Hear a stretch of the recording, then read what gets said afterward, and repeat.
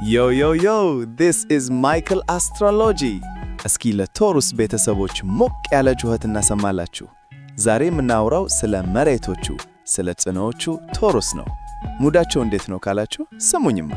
እነዚህ አራዳዎች ችኩሎ ወደ ግንኙነት መግባት የሚባል ነገር አያውቁም። ቀስ ብሎ ነው የሚመጡት።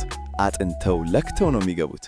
ግን አንዴ ከገቡ ጌም ኦቨር፣ ወደ ኋላ የሚባል ነገር የለም። ሪል የሆኑ ፍቅረኛሞች ናቸው። ለቶሩስ ፍቅር ማለት ዝም ብሎ ወሬ ሳይሆን ደህንነትና ምቾት ነው።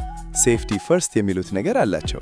በቃላት ከመለፍለፍና ግጥም ከመክተም ይልቅ በተጨባጭ ስጦታዎችና በአካላዊ ንክኪ ፍቅራቸውን መግለጽ ይመርጣሉ።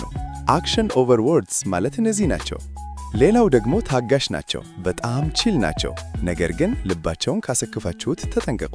እንደ እሳተ ገሞራ ሊፈነዱ ይችላሉ። ትዕግስተኛ ሲቆጣ ይባላል አይደል? ያ ራሱ ቶሩስ ነው። ከቶሩስ ጋር የሚደረግ ፍቅር የህይወት ዘመን ዋስትና ያለው ኢንቨስትመንት ነው። ባንክ እንደማስቀመጥ ቁጠሩት። የሚቾት አፍቃሪዎች ስለሆኑ አብራቸው የምታሳልፈው ጊዜ በቅንጦትና በጥሩ ምግብ የተሞላ ይሆናል። ሬስቶራንት ምርጫ ላይ አይታሙም። ታማኝነታቸው ወደር የለውም። ሎያሊቲ ለነሱ ቁጥር 1 ህግ ነው። ነገር ግን በምላሹ ፍቱን ታማኝነትን ይሻሉ። የምር ካፈቀራችኋቸው ዞር ማለት የለም።